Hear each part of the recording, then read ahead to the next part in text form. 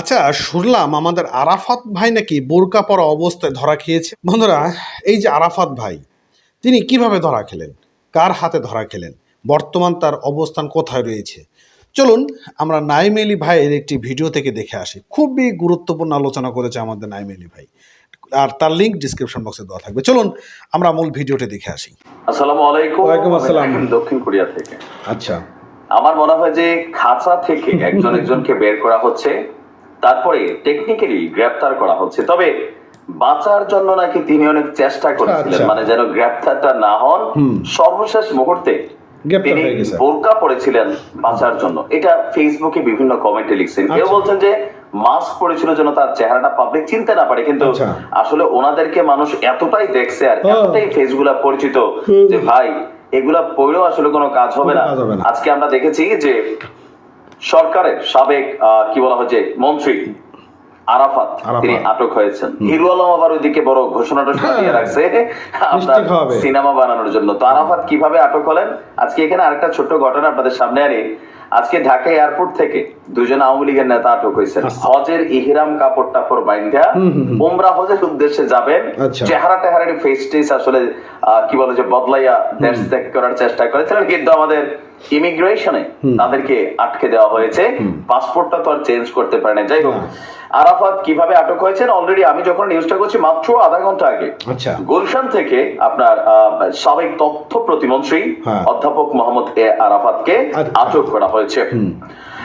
রাজধানীর গুলশান এলাকায় আরাফাতের উপস্থিতি সম্পর্কে অবগত হয়েছিল আইন শৃঙ্খলা বাহিনী, আর এরপর পরই সেখানে অভিযান চালিয়ে তাকে গ্রেফতার করেছে আমাদের পুলিশ। তো গ্রেফতারের সময় এখানে গণমাধ্যমে এই তথ্যটা নাই, বাট কমেন্টের মধ্যে অনেকেই বলছেন যে তারা সেখানে দেখেছেন, তারা ছিলেন, অনেক আত্মীয় স্বজন নাকি ছিল বা এলাকাবাসী দেখেছে যে আরাফাতকে সেখানে দেখার পর যখন পুলিশ অভিযানটা চলবে তিনি টের পেয়ে মুখে মাস্ক লাগিয়েছিলেন যেন তার চেহারা চিনা না যায়, কিন্তু বডি হাইট চেহারা এটা লুকানোর সুযোগ ছিল না।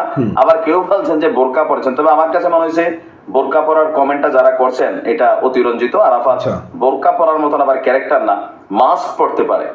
তবে ওনাদের এই গ্রেপ্তার নিয়ে সর্বশেষ আরাফাত সম্পর্কে একটা ইস্যু ছিল যে 5ই আগস্ট শেখ হাসিনার দেশ থেকে পর আপনার ঢাকার ফরাসি দূতাবাসে লুকিয়েছিল আরাফাত। পরে এই বিষয়ে প্রতিক্রিয়া জানিয়েছিল ঢাকার ফরাসি দূতাবাস। তারা বলেছিল যে সাবেক প্রতিমন্ত্রী মোহাম্মদ এ আরাফাত ফরাসি দূতাবাসে লুকিয়ে আছে, এটা একটা গুজব, এটা আসলে সম্পূর্ণ মিথ্যা, তাদের কাছে নাই।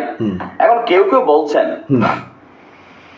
আমাদের যে সকল মন্ত্রীরা ধাপে ধাপে তারা ধরা খাচ্ছেন আর কি, একের পর এক ধরা খাওয়ার কয়েক ঘন্টার পরে আবার মামলাও হচ্ছে। তো তারা বেসিক্যালি সরকারেরই কোনো না কোনো একটা গোয়েন্দা সংস্থার কাছে আটক আছেন। হতে পারে সেটা ডিবি, হতে পারে সেটা ডিজিএফআই অথবা এনএসআই, আরো যে রাষ্ট্রীয় গোয়েন্দা সংস্থাগুলো আছে তারা তাদের কাছে হেফাজতে আছেন। সেখান থেকে ধাপে ধাপে একজন দুইজন করে যারা খুবই আলোচিত ক্যারেক্টার তাদেরকে সেখান থেকে বের করা হচ্ছে।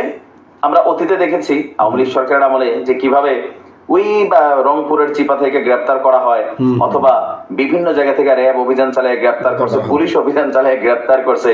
তো ওনাদের এই গ্রেপ্তার ইস্যুটাতেও কারো কারো মন্তব্যটা এমন। তবে আরাফাত সাহেব তিনি আপনার কি বলা হয় যে নির্বাচনটার মানে সরকার পতনের ঠিক 2 দিন আগে যে বক্তব্যটা দিয়েছিলেন সেই বক্তব্যটার জন্য কিন্তু ওনার কঠিন পানিশমেন্ট হওয়ার কিন্তু একটা সম্ভাবনা আছে।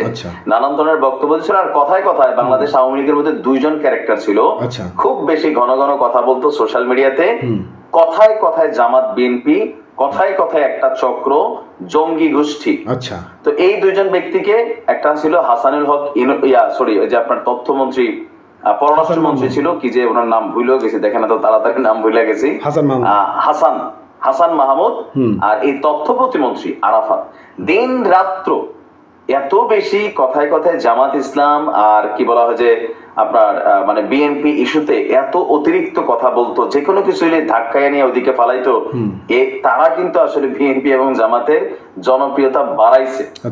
কারণ অনেক প্রেক্ষাপট চোখের সামনে ঘটছে, মানুষ দেখছে, তারপর বলছে একটা মহল একটা চক্র বিএনপি জামাতের ইন্ধন সামহাও মানে এই যে অতিরঞ্জিত কর্মকাণ্ডের কারণে আজকে কিন্তু এই বিপদে আসছে।